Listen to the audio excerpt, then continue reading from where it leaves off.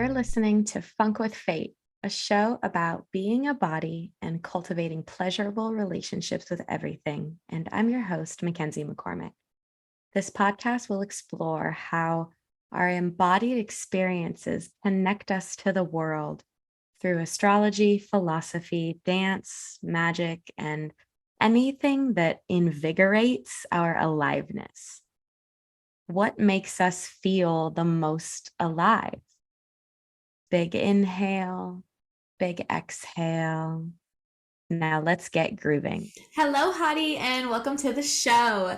Right now it is 9:23 p.m. Eastern, 6:23 Pacific on Thursday, August 31st, 2023. And at this moment in my location, Aries is rising, ruled by Mars in Libra in the 7th, which is so perfect because today is another episode of the Spicy Rendezvous. It is all about Mars in Libra, and today on the pod, we have Cameron Cassidy with us. Hello, everyone. Mackenzie, thank you so much for having me here. I'm pumped to talk about Mars, and we also just have to mention, like, the meeting moment of the moment right now is a little too good. Yeah, because for me, Aries is rising, but for you, I have Aqua rising here. So we got air rising, and that's all me, and we got the fire rising, that's all you, and then Mars is in your 7th, and that's me, and Venus is in my 7th, and that's you. So this is just all lined up perfectly. So yeah, I'm really stoked to chat about Mars today. So thanks for having me here. thank you so much for being here. I'm so excited about this. I remember this was one of the first things we bonded about when we met, was talking about both of our Venus ruled Mars and just the feeling of that. And I knew instantly when I started this series, I was like, it has to be Cam for Mars and Libra. I knew it. So I'm so excited to have you on for this episode. This is personally one of my favorite Mars placements. I feel like I say this every episode because I love Mars everywhere, and that's just me as a Mars person. But I have so many of my loved ones with Mars and Libra, and I literally, my partner, and it means so much to me to have this conversation with someone who I know is so deeply embodied in this, like in this expression. So yeah, let's, tell us all about you. Introduce yourself to the pod, because we all know that this is not going to be the only episode that Cam is on. Spoiler alert. And so go ahead and let the pod know all about you, where you come from, your practice in astrology, your journey with it, all the goodies. Yeah, so basically my name's Cameron. Some handles you might see me as Omega Astrology. That's also me. But yeah, so I practice astrology. I kind of have an eclectic blend of a few different kinds of styles of astrology. I do a lot of traditional astrology, um, the whole Hellenistic thing, medieval thing, um, even some Renaissance stuff, and also I've been studying more Babylonian and sidereal astrology in the last year and the last few months, which has been also really exciting. I also started studying medical astrology very recently. So not in my practice yet, but it's creeping its way in, which is exciting because I've wanted to do that for a long time. So yeah, but I live in the North Shore of Massachusetts. I live just outside of Salem, and yeah, on native Namkag lands, just north of Boston. And yeah, I I love sharing about astrology. I love helping people, like, remember how astrology is such a powerful tool for not just like conscious embodiment, but also like reconnection with the cycles that we forget we're moving either against or with, and helping us to remember to move with them by, yeah, just invoking the divine parts of ourselves that are also always moving all around us, and co-creating that conscious embodiment with people. So yeah, that's me. Do you want to mention the Codex Mundi? Oh, sure. Yeah, I guess so. This last winter, I released a project that's basically, I mean, it was sort of inspired by, and I know we were like maybe gonna chat about this, so I'll just keep this brief or not. I don't know, whatever. But yeah, it just came from like this idea of like the thema mundi, which is this sort of initial concept that people learn in traditional astrology that's been taught in schools of traditional astrology for the most ancient of times. And it's like this diagram of our cosmos, and Codex Mundi literally means like the law of the universe. And so Mm. I kind of took the inspiration from that, like seven planets in the 12 signs, and kind of blew that up to include lots of other factors and rulerships and like degrees and stars and all these things that you learn along the way. And it's kind of like in this poster mandala thing.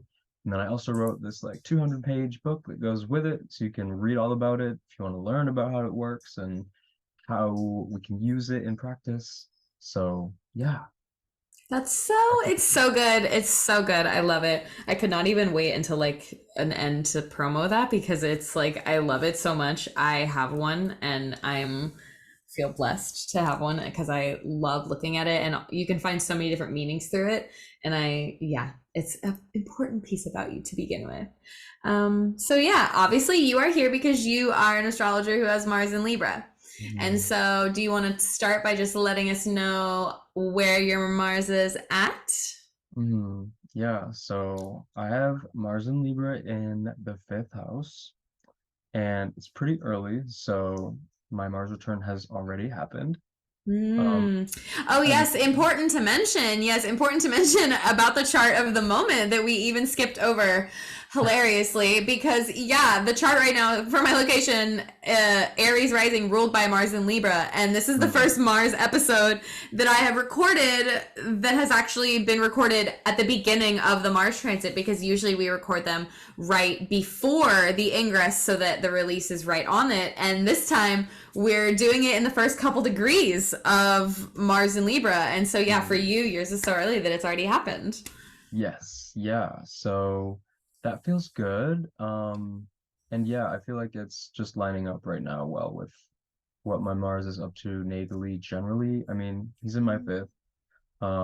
So there's that feeling of like, okay, well, maybe before we dive into that, like, do we want to talk more about Mars in Libra, or should I just keep going about the Sure. Actually, yeah, let's do that. And then before we do, let me go ahead and put like broad, general, sensitive content warning that we are going to be talking in depth about Mars, who is a planet that is traditionally considered a malefic. It rejoices in the sixth house, which is a technical bad place, and it is not generally a planet that brings us good things. And so sensitive content, things such as dealing with the body, aggression, illness, any depth of field with those painful, uncomfortable things to be aware of in your body as you listen before we proceed. So but yeah, Mars and Libra, traditionally ruled by Venus, the place opposite of its domicile, whatever you want to call that, antithesis, mm, detriment, whatever. exile, inversion, Yeah, lots all of of the cool new all, words being thrown around too. all yes, we love talking about what we want to call the opposite of domicile, and honestly, I love that about it. Love that for her. Yeah, I mean, it's such an adventure though, right? Because it's like that's the whole thing. It's like discovering what it means to be like on the opposite side of something. And like there is that feeling of, people have said like being far from home, literally when a planet's opposite its own sign. Um, and figuring out how to describe that is like, yeah, it's not really easy to just give that a word, because there are times when you can be far from home and be flourishing, but also times when that can be really scary or isolating or painful. And I think all of those experiences are summed up in, those placements where people have an exiled planet. And yeah, I mean, that range of effect is obviously more specific based on every chart, but like that general idea is like, okay, like there's something out of the box here. There's something that has to like really, find its way. And for Mars and Libra, maybe that's going to be a little hard, because, uh, I mean, just generally finding your way through. I mean, look, every antithesis is its own ordeal, right? Because it's in its like opposite place. Um, but there's this thing with Mars and Libra that's funny because it's still an active sign, right? Like he's still in an air sign, which is like, he's up to business. He likes to move. He's nocturnal because it cools him down. He's in air signs, and that doesn't mean necessarily that's like at least in Libra, that quality's not so great because there's still like that. Admittedly, not so great. Drop it like it's hot. Mars said, move fast, fast. Fast, fast, in fact. Especially the cardinal air. It's like, let's go. Yeah, no, there's that, and that's the other thing too here with like Mars, because it's like it's not just not Mars, it's just Mars as cardinal air, which is like very much what I'm doing right now. It's like this like it's right. It's like, okay, people who are able to they have to respond to social situations and respond to conflict, and they have to be able to respond to kind of like putting themselves into something, or even being an observer and getting like thrown into dealing with that, whether they want to or not. Maybe more times it's the former, but it's like there's this throwing yourself into something, to and find that. essentially always being ready to be thrown into. That's something I've really recognized with Mars and Libra, is like always the readiness to be going. Yeah, which is really admirable, that like that constantly is there, even though it's like a default. It's like always ready, which is so good. Yeah, it's good, but it's also like that's this whole side of it where how much can you throw yourself out the window? And it's like when we talk about this archetype of that axis, like Aries and Libra, the self and others, in this like dualistic like ram, go right towards it, versus, scales and weighing options. There's this natural symbolism of like, well, when we throw the warrior onto the scales, or we let him try to hold them, it's kind of like it's like if you give a warrior like scales, he's going to be like, all right, how can I use this to kill someone? It's like, there's this inherent like, how can I make balance my weapon?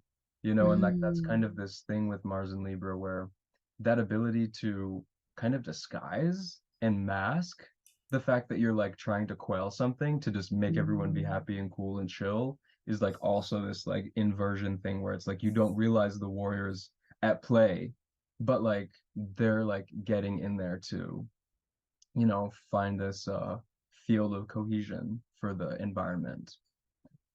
Yeah. Yeah, in some way you have to be able to be good and keep everything on a essentially good equilibrium. Like every piece has to be like satisfied, or it's like that, not just like holding it, but essentially like the ram like plopping onto it. Like they're not going to be able to balance. They're going to weigh one of those sides down. There's not going to be anything that they can put that will have the amount of like willpower, not just weight, but the sheer force of it, will and energy to be able to match that. And so there's constantly that pull. Yeah.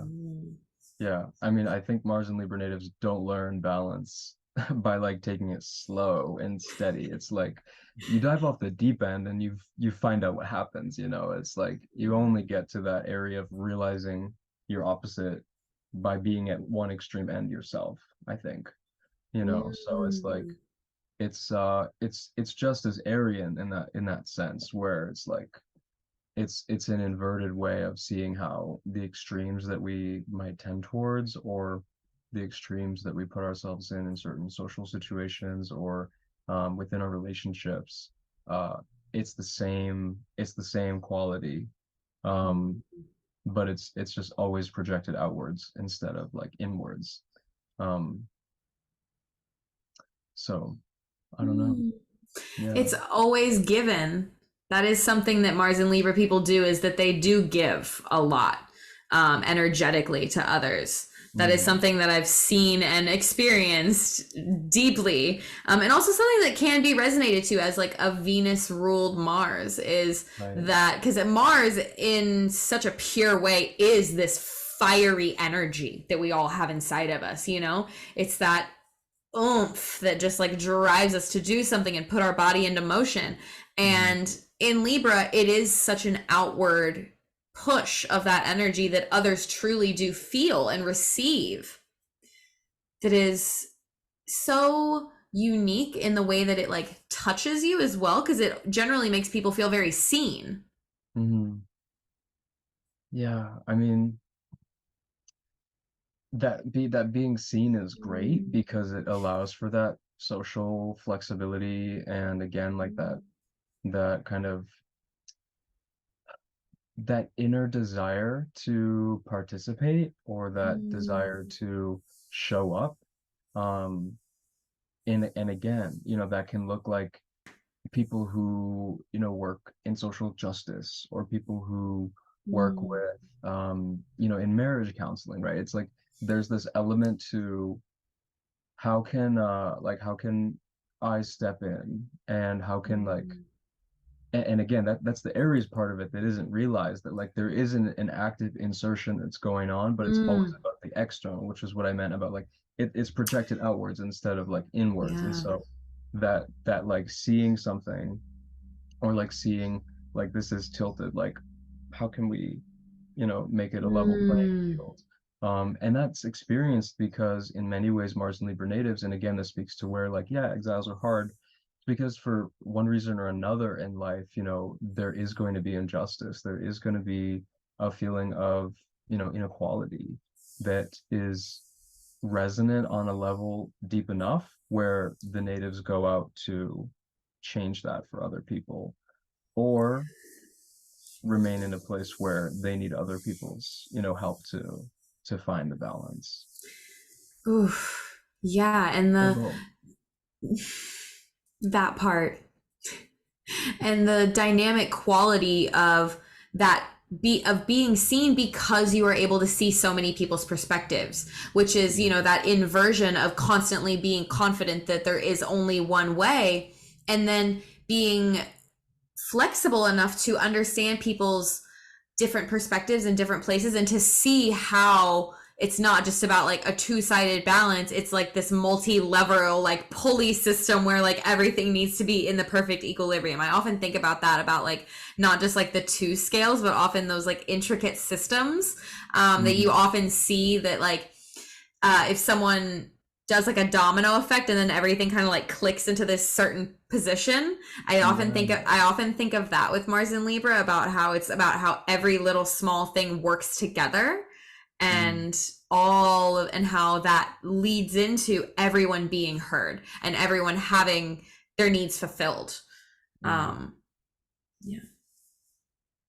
Yeah, I mean, it's a never ending battle in that way, because um and everyone, not even just people with Mars and Libra, but it's just a journey of life to figure out where your people are, and what you want to fight for, and what you want to stand for in your own identity.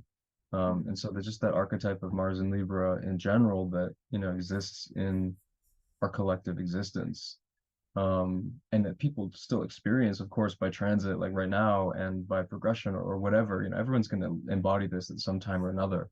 um, it is that journey of having to say, like, when I put other people before myself, um, how to what extent can that be something that's like fulfilling, but also something that's gonna be, obviously draining when that's not in balance. So it's like there's like multiple levels of figuring out what that balance looks like. And um it can also even just be like this indecision, because like again there's like this desire to like see something, or like tackle it, or be like, I want to work on that because I feel like it could be this, or I want to like go meet this or do that because I feel like I could like and get like this perspective from other people. And there's always this like devil's advocate that's getting played to always see the other perspective and always see the other half.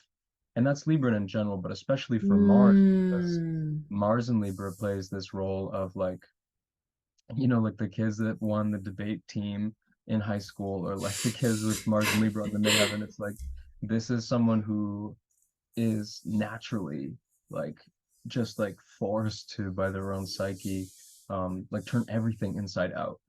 And again, it's like almost incessantly, that like there's that uncovering and wanting to see from the other perspective that yeah, it's great, but like it has to be tempered, or else you're arguing with everyone about things that don't need to be argued over, Or else you have an opinion about everything. right. That's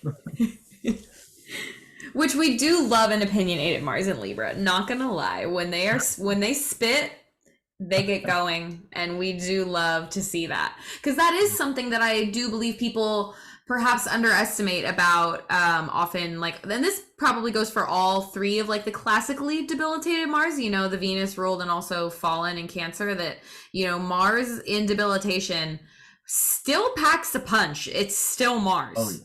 People forget. They're like, debilitated Mars equals weak Mars.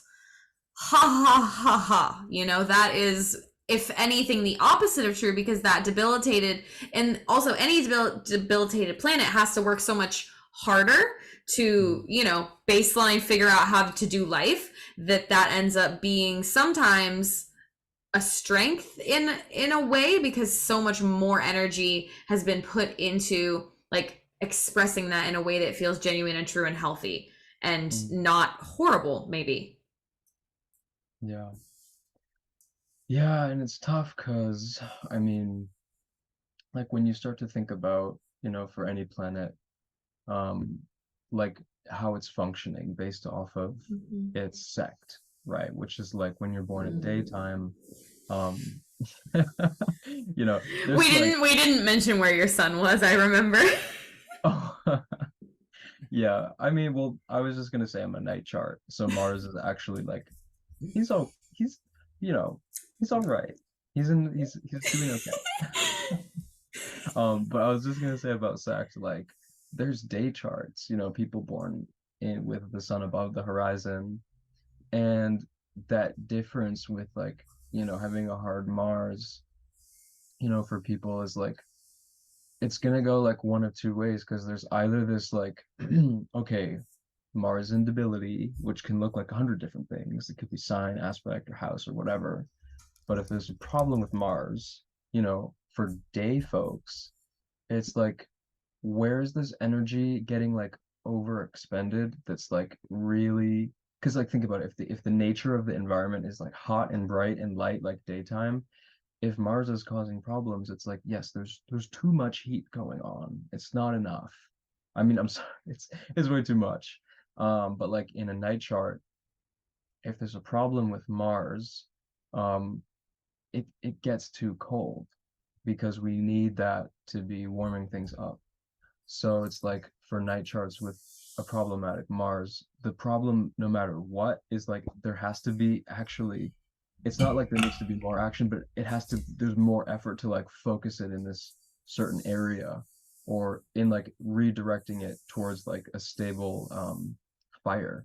Whereas like the daytime struggle with Mars is so different because it's like there's already this like wildfire, and it's like it has to, like, they're both a centralization, which is like the whole thing with Mars is like, shooting arrow right on the target, or like, cutting someone right on or whatever, it's like there's that precision that is Martian and that is like strong, that's not easy. Like a sword is heavy, like it's not easy to like wield a sword like that and efficiently. Yes, carrying that weight around does take work. Honey knows how to wield the sword. Period. Yeah, yeah. That is actually one of my favorite, or not that, but one of my favorite, I would say, like Venus ruled Mars analogies or visuals is like the massive sword or dagger that's like encrusted with flowers, like a vine wrapped around it, like beautiful, gorgeous, ornate, like all of these jewels all over it, like just set in the metal. And you're like, oh man, somebody really had a vision for the aesthetic of that weapon. Yeah, no, it's perfect. And it also makes me think of like Austin Coppock's name for like the third decan of Aries, which is like Venus in Aries, right? So it's like Venus in a Mars sign, and his kind of symbol for that is like this rose that's on fire. And so it's like you Yes. have this like Venus area, like she's her area, but she's in this larger Mars zone. So we have like this nice little rose, but it's like surrounded by flames, versus like this idea of like, okay, well, let's put Mars, in the Venusian environment, and we get like the opposite, which is like you said, like a sword or a gun or something that's like being totally beautified. And like Yes. perfect juxtaposition of like, that doesn't belong there. But it's You would that think. you right. That's the but, because it's like when we get that balance of opposites, like we find that, I mean, in life everything's dual. So when we get that juxtaposition, it's like that's what allows for us to see, why we need that, or why it's good, or why they go together, or what like the inherent like connection is. Yes. Speaking of like Mars and Venus, do you want to let us know where your Venus is? Yeah. So I have Venus in Scorpio. It's Um, hot. It's hot.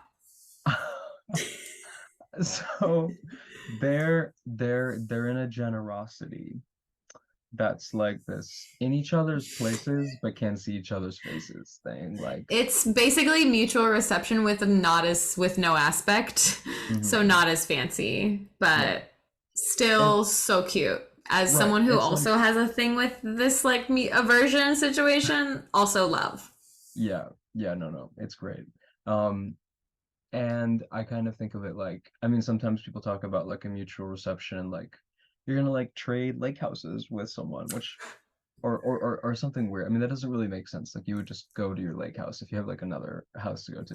But let's pretend that makes sense. And like imagine you're doing that with No, this is Mars and Venus in a night chart. This is nocturnal Mars and Venus. They have the lake house. okay, Day chart, they're like trading like cars or something for the day. Like okay, night chart, they'll trade like a lake okay. So we'll do lake houses and we'll go with the cars in a minute. house. If they're trading lake houses, they're so remote in the wilderness that they can't actually like say. It's like they both drive, like here's the address, and then they both get there and it's like it's locked. It's like we're here but like I don't know how to enjoy this thing because I can't really figure it out. I mean, that's one really harsh way of describing it. It's not always like that, because that's the thing, they got to climb through the window, you got to get in somehow, right? So Mm. yeah, I mean, it's nice, it's good. There's like the seeing each other from both sides, but like I guess I kind of see it like if they were like an angry couple that like split up, but then like Mars and Venus is so angry couple. It's so and then real. like they split, but like 10 years later they come back to dinner and they're like with each other again. And it's like we're gonna just be silent that like we understand like the past is the past, and like with some perspective you can like kind of see, Mm. the other side, but like they don't like address it. They're Which like, is we nice. don't need to talk about it. We don't need to talk about it. Sometimes that does feel a bit like a Mars and Libra thing, is like seeing so many different, like your ability to see so many other perspectives is almost like you're ready to go so fast that you're like, wait, not everybody else is on the same page with everybody like I am. And it's like this, it's a very Venus quality to always have that like we're good feeling. And Mm, it's something that when Mars is there, in especially because I feel like everyone kind of knows this about Libra, that it's such a, maybe not though, that it's such a relational place, and that when you're experiencing like a Libra person or have Libra placements, you are constantly not just with people but with energy and environments and all of these different things that you are then like meeting and greeting relationally. mm, And in that place for Mars, it's always like being ready to go, and then kind of like waiting, almost waiting for everyone else to like get there. mm. Yeah, it's kind of interesting because like we were saying earlier about like the sword, in the rose Mm. garden or whatever. I mean, Mars and Venus, like it's they're both passion, like that's their axis. Like that's what that is. It's like what is like the drive, because like the moon Saturn or the luminary Saturn, like that whole like polarity, I mean, to me, that's all just about like existence and like security and like longevity Mm. or health. It's this more primal thing where it's like what is my life and my body, and how do I like sustain my force and craft my life and purpose into something meaningful. Like that's this like luminary Saturn thing, but like It's the very Mars, much like how you exist in place and space and time, like yeah. truly what that means for you for now and forever as you change over time. Like all of Mm-hmm. the different places that you go through in those ways. Yeah, I Right. feel And that. like that Mercury Jupiter is like how we have ideas and learn things about the world Mm. and like apply those to higher, more meaningful concepts about the meaning of life. But how like that higher perspective allows us to innovate our sciences and like our ways that we make community. But this Mars Venus, it's so relational. It's the whole human element of like meeting face to face and like, exploring love, exploring Mm. creativity, exploring all the things. Intimacy, Yeah, right. like That's the just like, intimacy that gets gooey, because there is lunar intimacy, but that is very mhm. different. Right. That's familial. That's like blood bonded, That's it's like, safety. hmm There's safety, and and then there's like sexy, you know? exactly. Mars No, and Venus exactly. said it's passion, baby. Exactly. So I feel like, when we're thinking about like Venus ruled Mars or any kind of Mars Venus interaction, even when you read, some of the older authors or even more recent voices on this, like it's gonna bring up like tension, obviously in your intimate relational life. Like there's not necessarily going to be the easiest path towards discovering, what that looks like. And again, that's this like, how do I not just like fantasize being able to uh be so adaptable or be so flexible that like anything could just work out, even if it's like a friendship or a business partnership or something. It's like how can that realism that you have to learn after like things kind of crumble um overcome a desire to be so inclusive or be so collaborative that it's like not realistic. When it becomes something that is actually not quite believable, but you're still Hmm. willing to maybe go for it because you really are like convinced you have the ability to make it work. Mm. Mm. And that's like the desire over action. It's like the Venus can come Mm. before you're actually stepping into it and realizing what that looks like and when that doesn't make sense. Wow. That could be someone even maybe just fantasizing about a relationship, for instance, or some person, before it's Mm. like, oh God, like this actually is like not doesn't settle well. This doesn't feel good. This is violent. This is violating me. Um, Mm. and it can also go the other way, where the Mars starts first and it becomes really intense, and you're looking for love. You're looking for the real connection, and you can't get out of the grip of Mars. So there's like this really human element here where when you're in one so much and you're looking for the other, it can be difficult to get out of the grips of that. Because then you're in it, and then you're in that, and that's where a lot of that indecision comes from, because Hmm. then you're like cycling and not sure where really fits best and what is truest. Yeah, yeah, no, Mm. absolutely. Mm. Mm. I want to ask about your Aries and Scorpio houses. You already mentioned that you have Venus in Scorpio. Do you want to talk about anything else going on in your Aries and Scorpio houses, or like like aspects or feelings you have with them in relation to your Mars and Libra? Yeah, I mean, Mars also rules my diamond, my lot of Mm. spirit, which is in Scorpio. So, yeah, I mean, that's a huge role, for any planet in any chart. The Lord of the Diamond. Yeah, kind of a big weight to hold, actually, is the Lord of But it's like Spirit. the most important spiritual analogy, if there was one in the birth chart, maybe. That little guy.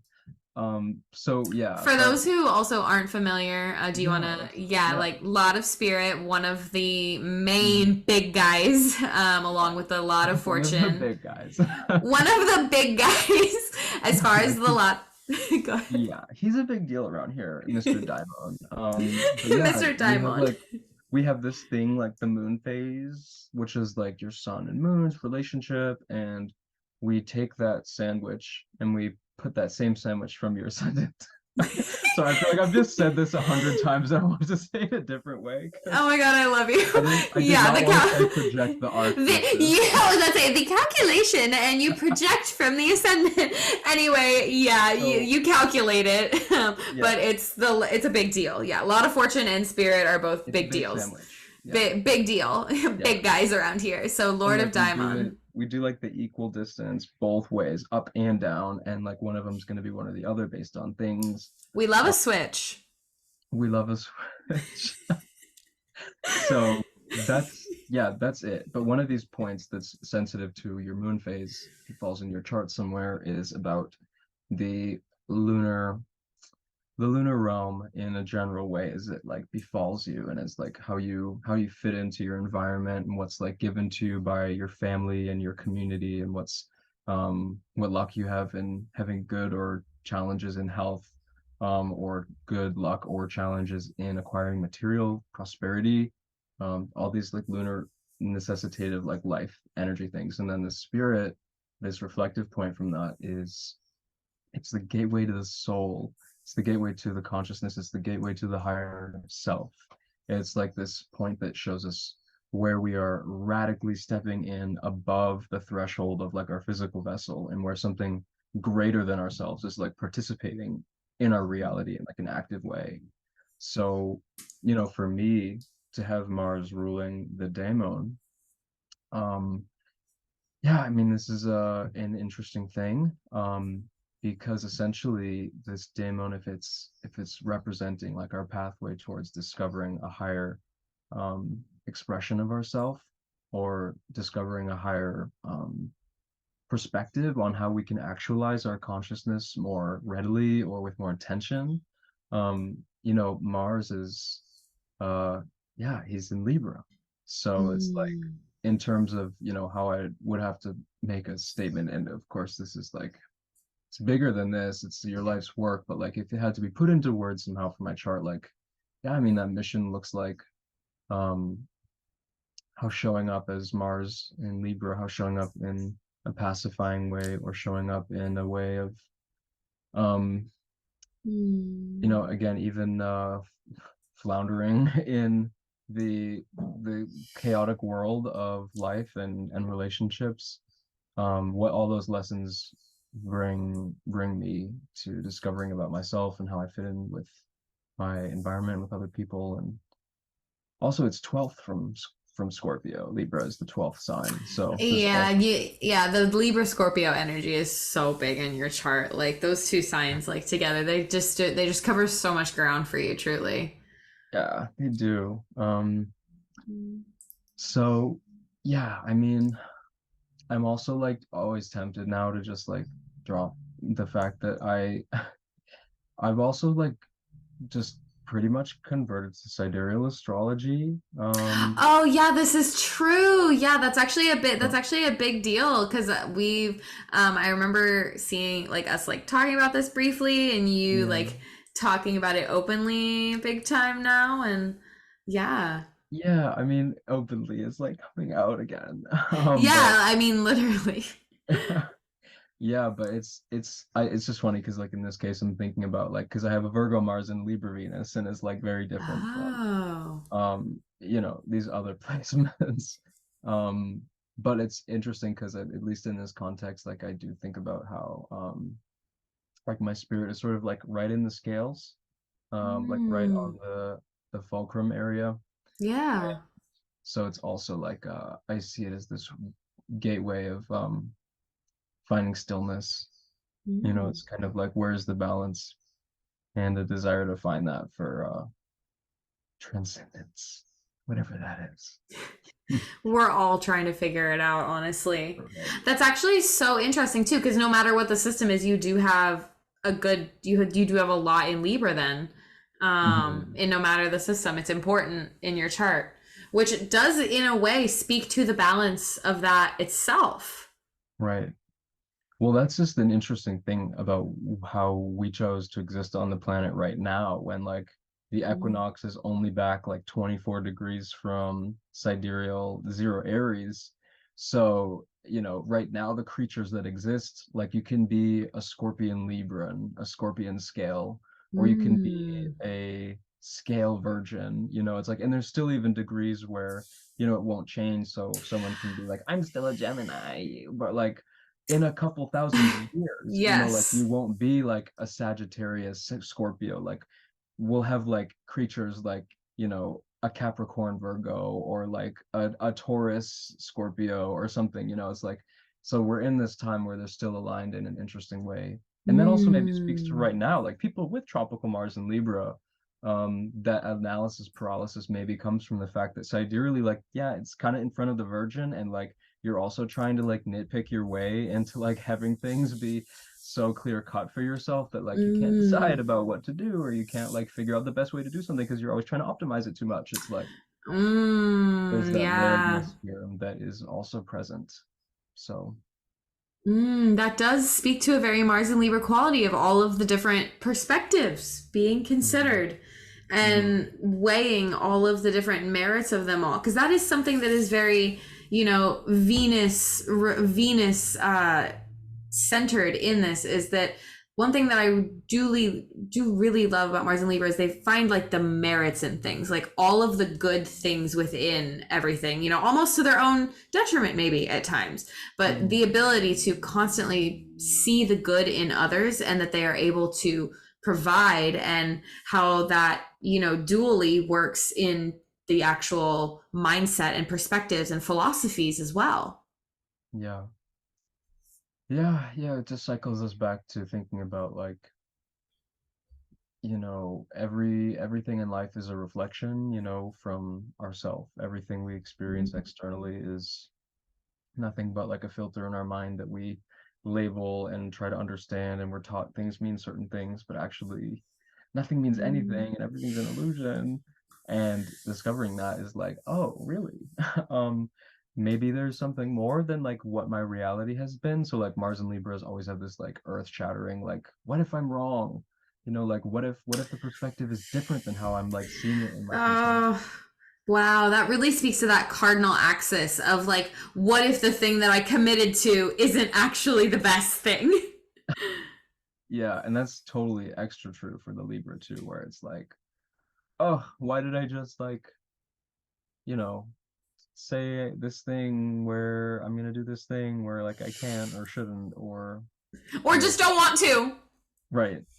period. Or just Yeah. don't want to. And I think that is No, something that's the bottom line. That's the bottom line that for that's sure. the bottom line that Mars and Libras often forget, that they actually do have to say when they don't want Do it. you remember what you want, honey? Do you even know? I don't think. I do I? No. Did you even know? Did you decide? Who knows? I didn't even think I had to think about that. I hadn't even thunk that I had a thought. Huh. We are Oh. air signing everywhere right now, and I love. I know it's so good. I've needed this. It's really good. We are air signing so hard. I love. And it's Mars air. It's airy Mars. It's Aries Mars. It's so good. Honestly, Airy. Like, let yeah. airy. Yeah, let's just talk about also Mars and Libra having jokes. I mean, honestly, I feel like this is an underrated quality. Mhm. Which I do feel like Mars and Libra are able, not necessarily to just like have jokes in their back pocket, but they're able to like deliver a line in a social situation that everybody is like, what did you just say? That was ridiculous. Like, I feel like there's this ability to, no matter where you are, to like deliver the statement like very purposefully, almost that this really speaks to that inverted quality of like the Aries Libra part, where it's like, oof, like maybe it might be like an awkward moment, you're able to like split the tension super well, or like lighten the mood just so easily with something, maybe a little spicy or just unexpected, Mhm. that can really change the dynamic. Yeah. Yeah, I mean comedy is the greatest distraction, right? It's like how can you make someone laugh? And also that's like this kind of class clown energy that I think is also can be Libra Mars. Maybe speaking from experience. No, but like just that ability, like you were saying, it because the thing is with most Libra, but also especially with Libra Mars, like you're gonna find a lot of people who are very charming, who are kind, who are funny, who are pleasant, and you know, it's like it does come with this, because when we think about like what that means, like to say something stupid or to say something crazy or funny, you know, when you make someone else laugh, it's like, oh, it's almost like this inverted way of like, it's like, okay, most situations like something's wrong, let me fix it and make the balance like even. Whereas like the whole jokester and comedy side of like the Mars and Libra is this like reverse engineering way of like, let me shake up the field like against myself, like in like Mm. proactivity, so that like no one's like you know, just so that everyone's like chill, or no one's like Mm. second guessing or overthinking anything. It's like there's all this extra head work that can like jump in to allow for this Mm. other kind of like e equilibrium, if that makes sense. It does. That does remind me of the airy quality that often comes with overthinking with Mm, the Mars and Libra, because mm, often sometimes those like comments and stuff can come a bit like self-depreciating, because if mm, there are so many other perspectives and so many great people out there, then it often can seem like, how much do I have to measure up to? Like, where do I fit in on the scales? That kind of feeling of trying to measure up, even if it's mm, not to others, even if it's just to the expectations that you have for yourself, mhm, um, to really make sure that you're essentially like measuring up and making the cut in that way. mhm. Yeah, I love that you just used that phrase, measuring up, because that's just speaks so much to the Libra experience of like, I am always like in the mind, it's like Libra is always weighing itself to the judge and having to prove its case. Even when there's no judge, it's always, Even when you are the judge well, and right. jury and executioner all in one. And when there's like 12 executioners lined up and it's only like one judge, and it's like a small claims like court case about like the stupidest, pettiest thing. But anyway, um, Period. yeah, some days there's like 14, but anyway, I love. uh, yeah, no, but like this weighing up is so literal because when we think about like what's getting weighed, you know, when we have Mars on the scales, it's like we're having to weigh up our effort and our force. And like that's also exhausting as heck. And that's also why the shadow other side of Mars and Libra is like laziness or not Never, going to, never no, doing anything. not doing the thing that you say you do because it's the air. And so, you know, that's a reality that's like, again, it's just where does the balance come in, and where do you not throw your plate too high to like prove to some judge so you don't die, that like you just have your small plate and keep it full enough. Mm. Yeah, keep it full enough, but not overfilling with everything from everyone. But also not emptying your plate out all the time to other people. No, that is a thing because there's so many good people. Yeah. Mm.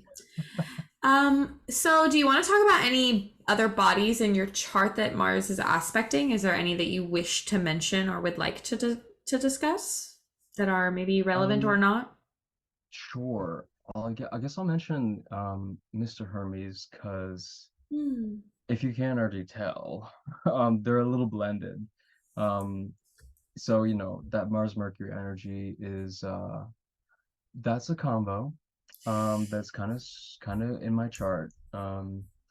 And yeah, you know, it's like it's interesting because in some of the ancient texts too, like, you know, they'll say Mars Mercury, you know, versus day versus night is very different. Because at night when you have that nicer Mars, it can be a little more, you know, able to pull itself together as much as it can, not perfectly, but the day Mercury Mars. I mean, I'll just be honest, like I'm not trying to say 'cause I'm a night chart or anything, but like when you read about Mercury Mars at day, for instance, like there's certain fixed stars, um, like for instance Shala or like Betelgeuse, um, you know, these Mercury Mars stars, um, they'll say for day charts, the star is going to be more malefic. It's going to bring criminals. It could bring murderers. Ancient texts are really hardcore, y'all. I'm giving the extremes right here. Yeah, so so just know if you have that configuration, you're probably not going to have all of those. It'll be okay. Yeah, we need a lot of other things to show that. But yes. Yeah, and then like a night chart, it can be more conducive to like, think about Mercury, Mars is up at night, they're reading, they're studying, or they're psyching themselves out over something. It's super worth mentioning. I'm glad you brought this up because I also have Mercury, Mars, like super close conjunct, like in Taurus ruled by Venus. And so I wanted to specifically talk about this if you were cool with it, because we did end up recording this at night. And we did end up, like, the time that worked for both of us figuring this out did end up being, like, a nighttime event. For me, it is definitely night. For you, it's probably, like, sunset or getting to be there. And so we knew that this was going to be, like, an evening affair with Mars. And then Mercury just being like, sup, y'all? Yeah, no, it's great. And I think, both sects have that ability to tap into either, of course. Like that's just the duo. You're gonna get both sides. But like basically when Mars is cooler, he can basically just intensify the fuck out of Mercury to like keep him reading or writing or traveling or whatever Mercury wants to go do. Keeping him satisfied, busy, that's definitely a combination that I often think of, like the busy working hands. Like you get yourself busy doing things, whether it's like your hands are busy, whether it's like your mind is busy. You have all of these different layers of like activity and onlineness. It makes me think of those old like AIM messages, like, hi, I'm online. And it's like you're tapped in, logged on, ready to rock and roll. Oh my gosh, I feel like my busy icon is always on. Yes, the busy icon. Yes, like in Discord, be like, this person right now is busy. Yeah, the ball is always red. Or no, that's away. I don't remember. One of them. Yeah, the one that's like on activity. Doing way too fucking much. That is true. That is very true. Yeah. Mars is definitely an overworker. And that is probably something to mention specifically with debilitated Mars, is that, a debilitated planet, as we mentioned, does have to work a little harder, and that could sometimes lead to maybe overcompensating. And in, for Mars case, when that's debilitated in Libra, that can be very much like overcompensating and overexerting yourself in those like social situations with others, giving a lot of your energy and just essentially your air time, like your energetic mental capacity, away to others. Often because you feel genuinely called to do it, because you want to do it. And then it takes you doing the super hard cardinal thing and going, and then eventually it'll hit you that you just gave away so much energy, and you're like, oh my God. And then Mars, literally the pure energy, like, how much do I have left for me? How much is left for me once I've been done and once I'm finished giving and giving and giving and giving. Yeah. And that's also why I think night Mars people need exercise. Night Mars problem people need really active use of their body.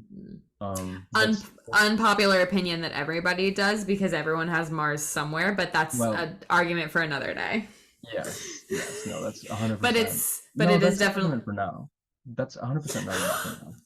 I just think it's so real. I think every Mars person, everyone has Mars somewhere. Like, it's like the same thing with Saturn. Like, you have that shit somewhere. People be like, oh my God, I hate Scorpios. Okay, cool. It's somewhere in your chart. Work it out. Maybe you have Pluto there. I don't know. Like, figure it out, sis. Like, no matter what it is.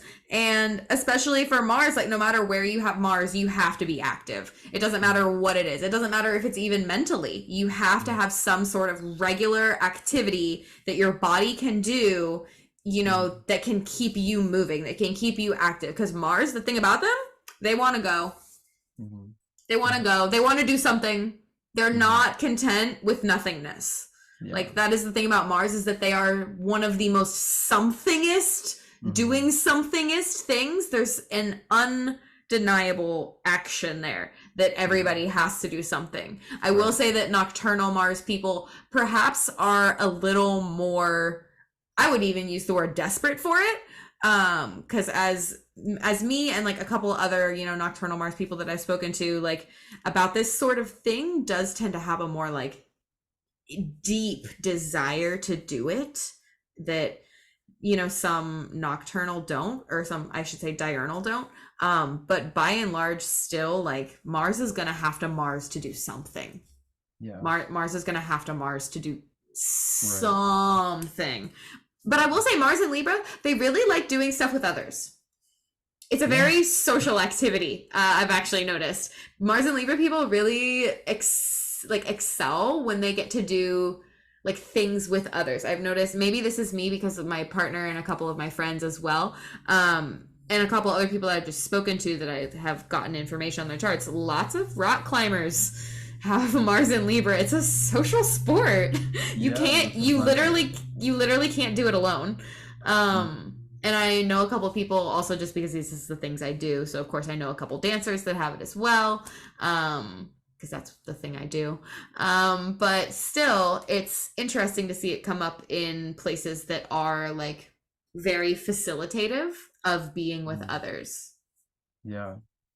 Yeah, no, it's really interesting because of course, like we have that like that word I mentioned earlier, like collaborative, really is such a big element of the placement. Because it's kind of like continually poking other people to like get aroused out of them, which can also be like annoying. But also it's like how much they learn and how much they learn about like social etiquette or even like social politics, or just even like being a relationship counselor, you know, from having to navigate that with themselves and for other people, you know, they're often playing some kind of mitigating role. Usually they can get swept into that rug. Um, People might see them as, you know, someone who can step in to give like their perspective or opinion sometimes on that. Um, but yeah, I think also going back to what you were saying a little earlier, just about like the movement with Mars. Um, yeah, I feel like especially because Mars is like the detox that we need, because it's like if you think about like a sickness, like if you think about some illness that comes on like quick and hot and heavy, like it's to like get some shit out, you know, and like you either like let that accumulate in your body and that comes up as like a really acute sickness, or chronic if there's also Saturn stuff involved. Um, but like that's or it's like, you know, you go for your run, you go for your Pilates, you go for your whatever. There's so many ways. There's so many infinite ways to express the movement of the body. Um, and that's perfect because if the body's not moving, the mind is moving. You know, it's like it's kind of one or the other. It can be both, of course, but like you're either like getting more focused on like the movement of like your corpus and like how that like puts your mind in this flow state of um you know, awareness, and eventually hopefully we can like do that while we just sit and meditate, and that's like the ultimate goal. I But think it's that is a very Mars and Libra thing, actually, is the body and the mind moving at the same time in that way. I do think that that really speaks to the like experience of like that airy Mars, of like it being your body that is moving, that is like both keeping your mind moving and then vice versa. mhm.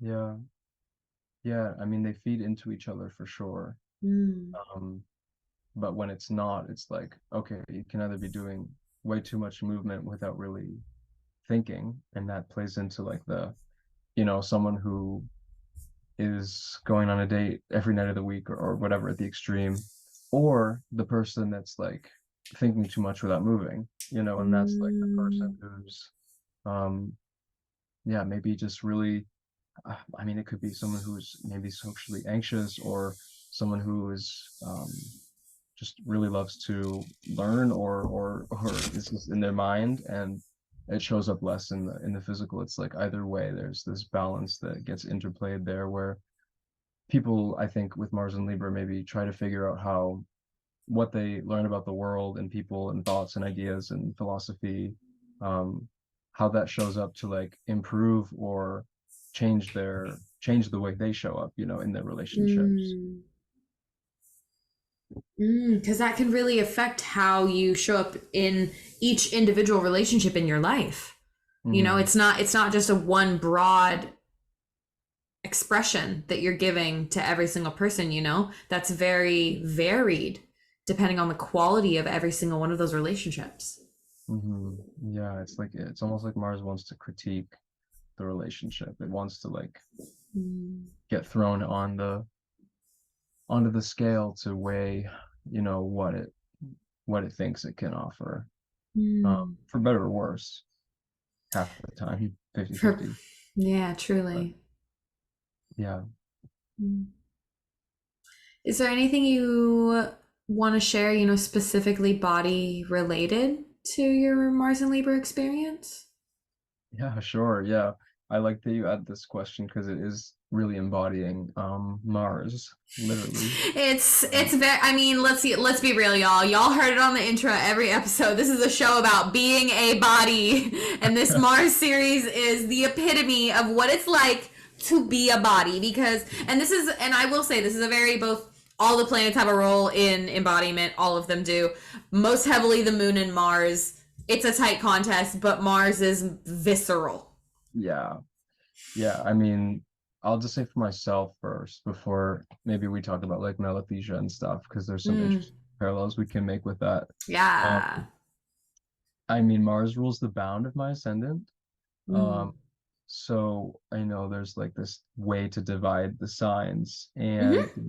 they're called the bounds for anyone who's not familiar, and like they really give this like key into how something's getting like very viscerally physically manifested. It's like great for like physical descriptions, or they just describe these like physical landscapes in the signs where like you know the Mars bound of Gemini, which is near my ascendant.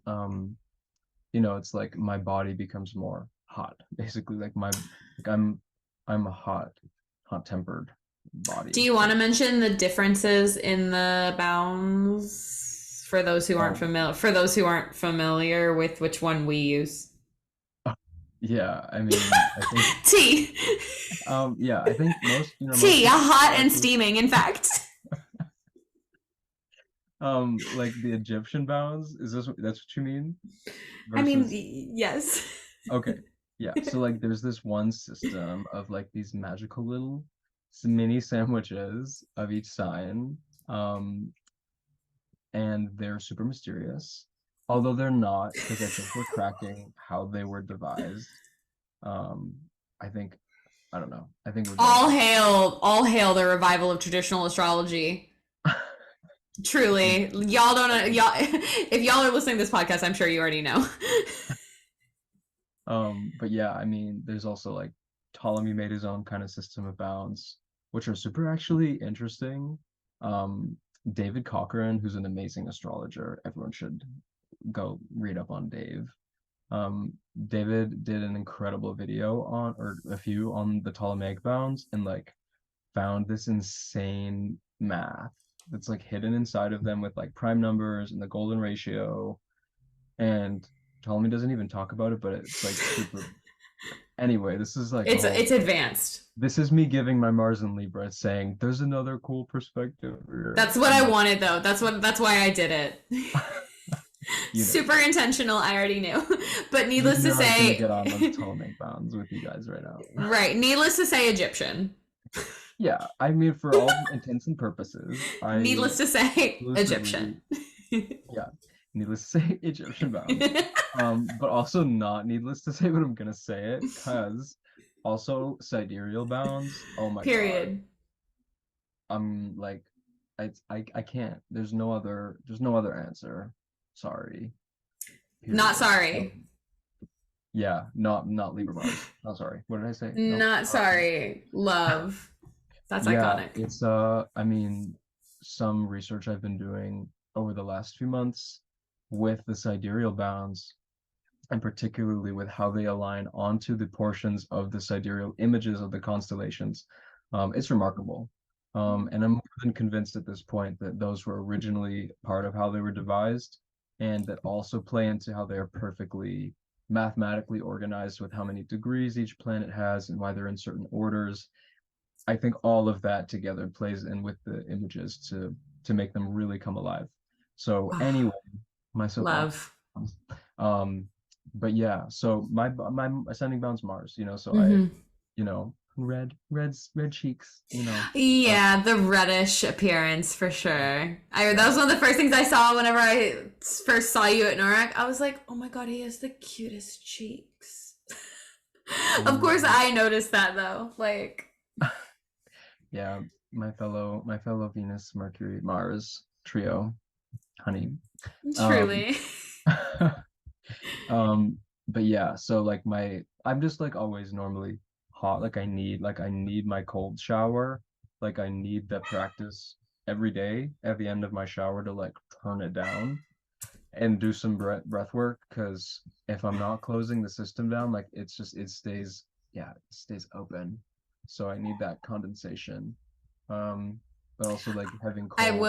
I will say that's also just broad spectrum would definitely give that to like as good Mars remediation for anyone if they want to engage with Mars in a way that's like super Mm, safe is take like a hotter than comfortable shower mhm. and then turn it cold.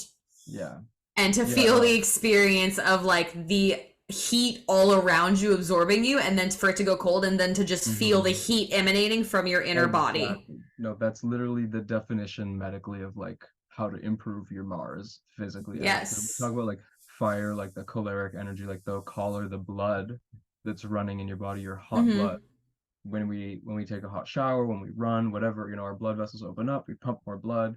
Mhm. And then when we constrict that And cool it. afterwards by cooling down or taking a cold shower, doing an ice bath or whatever, it's actually super detoxifying for your system. And Mm. that's not only just energetically helping cleanse your system out, but as above, so below. So it's reflecting on every Absolutely. plane the Mars imbalances that might be going on. Yeah, Um, energetically, like as far as disposition goes, and then definitely bodily, mm, for sure. Cause yeah, like that's, yeah. and that is one of the reasons that I get on my soapbox about Mars is like, medically everyone has a Mars and you have to get it out some way. Like there Yeah. has to be an energy output, and then you Yeah. have to be able to then, if you really want to go there and to understand that, to feel that opposition force within, because I don't read it aloud because it's a lot for the viewership, but before we get going, I always read the Mars hymn with Mm, my guest astrologer to get us in the mood. And, for anyone who's familiar with the Mars hymn, and if you're not, it speaks a lot about that heat and then the pullback. That is mhm. really what the Mars hymn is literally about. It's like, you've been fighting so hard, chill. Yeah. You're Yeah, good. no, Your no. It's fight has been fought. And the feeling of that super shift between like that encapsulating heat to then like to pushing it out to be cold and then just feeling the heat from within yourself only, is so powerful to really feel that like raw potency within your body. Yeah, and just when you talk about like medical Mars, like, and when we go to this, like, okay, well, what is Mars in charge of in the body? Okay, he's at home in Aries and Scorpio, Period. right? So that's the head and the Yoo-hoo. The And goodies. yeah, um, and when we think about like And why, also, I believe it's pronounced coccyx, the bone, like your tailbone and stuff, like all that stuff. Yeah. All yeah, that. Super, super relevant. I have a personal, I'm not going to share it live because I don't like have permission from client, but I have a very specific client situation that has gone on with mm, that made uh, delineation very, very real because I had seen it wow, written and was like, I don't know why that would go there specifically mm, and not with maybe, Libra, but like it was very much, I was like, oh no, this is a Scorpio ruled thing. Got it. Got it. But anyway. yeah, when we think about that, like, because there's lots of different planetary associations to organs and like different parts of the body, but like at least on the sign level, the melothesia is head and genitals at the very basic. There's more even, but we'll leave it at that.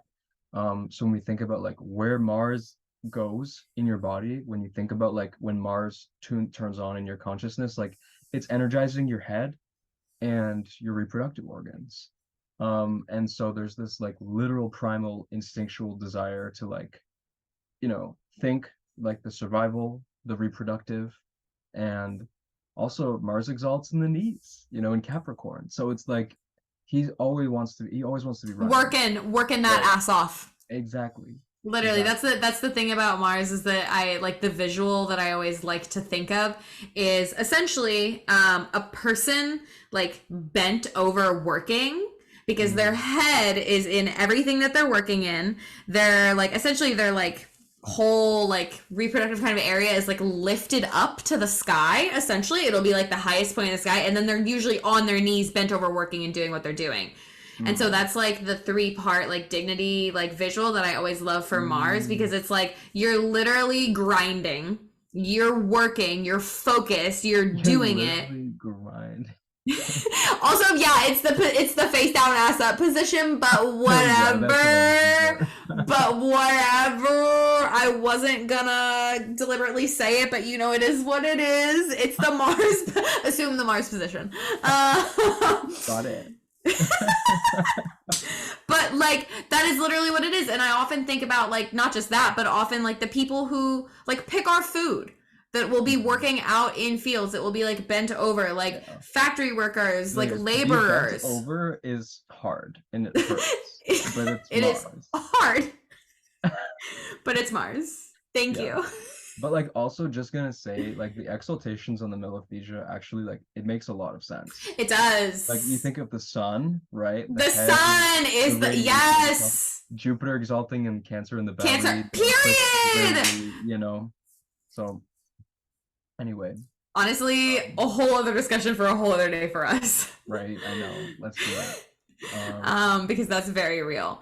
But yeah, Mars like is such an embodied planet. All of them are, but Mars feels so visceral in our body. It's a very instinctual like urge that we have to call, that we can't deny. We can't not answer to it. It can't be ignored. Yeah. Is there anything else you wish to share about that before we maybe dive into some people things? Let's dive into some people things. Let's do it. Let's do people things. Mars and Libra, let's do the people things. Okay. My number one. Love. So, okay, yes. So we're going to talk about people, like famous people that you will know, or maybe not. We will introduce you to them that have Mars in Libra. Super icons on this list. Yes. So my number one I thought of was Lisa Kudrow. So if any of you a good one. Yeah, and this is gonna circle us back to a bunch of stuff we were saying earlier, which is spectacular. But Lisa Kudrow, you might know her from Friends, famous American sitcom. She's been in a ton of things. She's a great actress. And at least her character and like what she's most well known for like the years that she acted in Friends was, her character Phoebe on the show, who was like this happy-go-lucky, fun, like again, like going back to kind of like that class clown energy, like let me just like be like really chill and like kind of funny and a little bit like all over the place, but like friendly and like charming and nice, likable, this super likable, and like this kind of innocent funny quality. But so interestingly, when I saw you put her on the list, I was struck because I have never been like a super Friends person. Like I didn't watch all of Friends, but I've seen enough of the episodes to know what the show is about, and I've seen enough content through time to know what it's about. But Phoebe is the one character who I feel like is more known about than any of the others. Like maybe this is just my perception of it and like understanding and like seeing the placement through her in that way, but she is literally the character that I feel like the most people talk about, that I see the most about, that I feel like is the most well-known and the most iconic for or like more favorite, or people that remember the name of the character more, like definitely true. But and then the next was Nelson Mandela. Oof, a big one. Yeah, this was a big one. He basically worked to liberate a nation from apartheid. That Um, is actually a theme on the list, is like war? Nah. yeah. Yeah, I know we have a few more we'll get to, like Abraham Lincoln, John Lennon. These are like major War? figures in No. politics, in culture, in society that all fought or non-fought, the pacifists who stood up for peacemaking, and that stood up for justice and equality, for everyone, for Abraham Lincoln in terms of, and again, maybe you can say what you want about him or what he actually had behind the closed doors, but his archetype, his purpose in human existence, what he's known as in the collective consciousness, everyone thinks of this man, and he was, the figure that brought to America, yeah, the liberation and abolition of laws that are inhumane towards African American people back in the 19th century. So yeah, we love that. And then also John Lennon, who was, an anti-war hippie in the 70s and 60s. He just fought for. In a lot of ways, John Lennon was like the pop culture archetype of what Abe Lincoln was doing.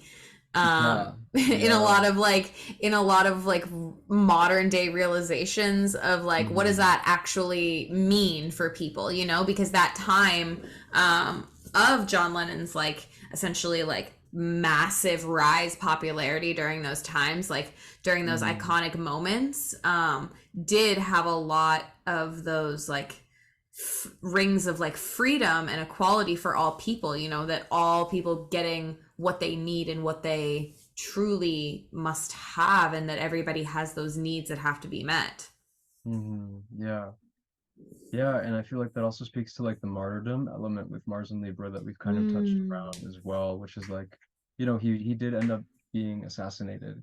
Um, and it's this tragic thing, but it's almost like it wasn't like he was assassinated because, he was nonviolent, uh, pacifist. It was more just that well, he was a famous figure and was a target, by a criminal and a crazy person. But at the same time, it's like those things kind of became equated, where it's like, great figure who stood for values and social justice, morals, who was also like taken down at the arms literally of someone else. Um, so, and that just again, it feeds into the same archetype where there are extremes with either end, with like martyrdom and sacrifice that play into that Mars and Libra archetype too. They're willing to go to both extremes to truly, as you said earlier, being willing to go to the extreme to understand where the balance has to be. Yeah. And being willing to commit and going all the way there and fully going without hesitation, maybe with a little hesitation and a little indecisiveness, but sometimes still going and being ready to experience the depths and the spectrum of that on both ends. Yeah, yeah. And then next one was Freddie Mercury. Again, we pray to the god. Really, I mean, obviously also in his name, pretty well known for the mercurial themes going on in his chart. Super Virgo. Super Virgo. Yeah. Yes. But also like, but also Mars and Libra. Right, exactly. And so that also maybe brings up like the Mars Venus thing that also gets thrown around in some ancient texts in terms of like queerness intersecting with like Mars Venus interactions. Yeah, that is actually something we haven't touched on. Both of us talking about this, like the Mercury Mars that we have both ruled by Venus, and like the queerness of that. Yeah. The Mars Venus relationship, and them being lovers in all different genders and all different binaries and levels of existence.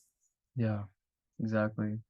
And so of course he became a super well-known figure for that, and how he stood up for queer rights and equality for queer people, and was a figure for that, very much so. And yeah, definitely a very vocal voice in standing up for the rights of queer people in a more public way than most I would say normies were familiar with or comfortable with or aware of at that time, bringing those conversations into a more, I guess that is also a really good Mars and Libra, delineation is like bringing super polarizing topics into an area of discussion that can be discussed by different people with different perspectives, and to be able to hold the heatedness of that with and be able to weigh all of the different sides to that while still being able to stand up for the point and like for what's really right and true and what's just.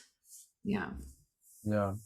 And I feel like too it's interesting because his archetype of like Libra Mars, whereas like in some of the other cases it was like that pacifist energy, whereas like whether they were like saying we're not going to fight, in his case it was like this opposite of Aries, wasn't like we're not going to fight, but it's like this anti-masculine patriarchal archetype that was getting like rebelled against or inverted or flipped. So it's like we see how it's still an inversion of that, but it wasn't like I'm not going to fight, it's like I'm going to fight against this like symbol that perpetuates hatred. Yeah. And then oh yeah, what were we going to say? No, I was just gonna like touch on no, go ahead. Okay. Yeah. Yeah, and then I also had Simon Cowell, which I just thought was funny because he's like just known for being like the most like neutral, bland, like no. And it's like he's not gonna like spend an hour trying to like critique. He was a judge on an American singing show also, if someone doesn't know.